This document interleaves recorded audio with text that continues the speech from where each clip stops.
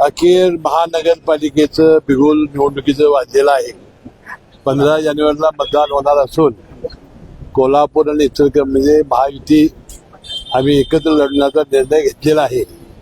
आता जागा वाटपसाठी आम्ही आमच्या सहकारी कार्यकर्त्याच्या समित्या चर्चा करतील आणि जो निवडून येईल अशा उमेदवाराला आपण उमेदवारी द्यावं या सूत्रानुसार तिन्ही पक्ष प्रयत्न करतील. इचलकरंजी आणि कोल्हापूर दोन्ही ठिकाणी महायुती कशा पद्धतीने सामोरं जाणार? आता कोल्हापूरमध्ये तरी मी चंद्रकांत दादा परवा बसलो होतो आणि मुन्ना माडिक अमल माडिक त्यावेळा क्षीरसागर साहेब उदयपूरला काहीतरी लग्नानिमित्ताने गेले होते आणि नंतर आज किंवा उद्या आमचे तिन्ही पक्षाची समिती बसून प्राथमिक चर्चा करतील आणि मग आम्ही शेवटी निर्णय घेऊ.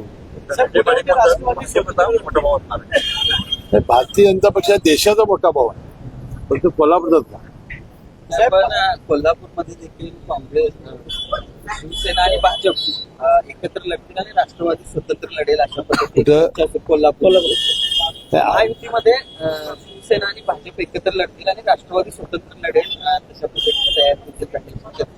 मग काय मग आम्ही आमच्या स्वबळावर लढू. तसं जर त्यांचं म्हणणं असेल तर मला काय ते म्हणणं तथ्य वाटत नाही. तसं नसलं तर माझ्या स्वतः निवासस्थानी चंद्रकांत दादा मुन्ना माडिक अमल माडिक तिघं आली नसते. क्षीरसागर साहेब त्यावेळा लग्न ज्यार्थी ते आले त्यांनी चर्चा केली त्यार्थी नक्की आम्ही एकत्र लढू. पुण्यामध्ये राष्ट्रवादी स्वतंत्र लढतील तिथं काय झालेलं आहे की भारतीय जनता पक्ष आणि राष्ट्रवादी अशा लढती अनेक वेळा झालेल्या आहेत आणि जर दोघं वेगवेगळे लढले तर बंडखोरी कमी होईल आणि दोन्ही पक्षाचे उमेदवार नाराज होणार नाही. हा एक फॉर्म्युला पिंपरी चिंचवड पुण्यामध्ये राबवल्या जाण्याची शक्यता आहे. परंतु मी जे प्रसार माध्यम बघितलं तर मला वाटतं शक्यता आहे, अजून काही नक्की नाही. नगरपालिका निवडणुकीच्या वेळी आपण बघितलं प्रचाराला 3 ते 4 दिवस कसे मिळालेले होते. यावेळी मात्र महानगरपालिका निवडणुकीची समजून मिळणार आहे. 10-12 दिवस साधारण चिन्ह वाटल्यानंतर मतदान तर चांगलं आहे ना. जे पक्ष आहेत ज्यांचे अधिकृत चिन्ह आहे त्याच्यामध्ये काहीच अडचण नाही. जे फॉर्म भरला की त्याला बी फॉर्म मिळाला की ते सुरूच झालं. जे अपक्ष आहेत त्यांना चिन्ह वेळाने मिळणार आहे. सर, यापूर्वी कोल्हापूर महानगरपालिकेने सर्वाधिक स्थायी समिती सभापती राष्ट्रवादीची आपण राष्ट्रवादीची होती अशा ताकद राष्ट्रवादीची शहरामध्ये यामध्ये जागा वाटपामध्ये थोडं पुढे मात्र राष्ट्रवादी काही होणार नाही. योग्य तो निर्णय होईल. मुंबई महापालिकेत नवमलिकांच्यामुळे कुठेतरी मिठाचा खडा पडतोय का काय अशी परिस्थिती निर्माण झाली नाही. त्याबद्दल काय अजून आम्ही काय बोलणार नाही. परंतु अजितदादा योग्य तो निर्णय घेतील. साहेब, काही दिवसापूर्वी पृथ्वीराज चव्हाणांनी एक वक्तव्य केलेलं आहे की लवकरच मराठी पंतप्रधान असेल. आज धनंजय माडिक यांनी देखील सूचक वक्तव्य केले की देश पातळीवर काही घडामोडी घडतायत मात्र पंतप्रधान हे नरेंद्र मोदीच असतील. व्हीप देखील जारी केलेला आहे संसदेमध्ये.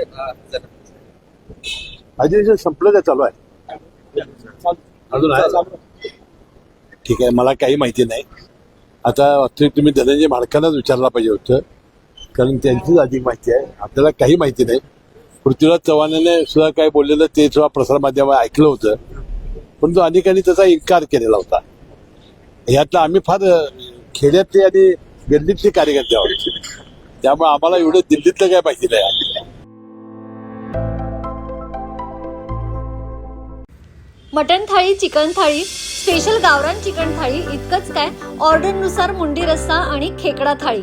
आणि हो, शाकाहारी लोकांसाठी खास व्हेज गावरान थाळी सुद्धा उपलब्ध आहे बरं का. चला तर मग अस्सल कोल्हापुरी जेवणाचा आनंद घेऊया. आजचा बेत फक्त रानवारा रिसॉर्ट मध्ये. संपर्क 9209 76 13 53. पत्ता कोल्हापूर पन्हाळा रोड, केरले, मानेवाडी.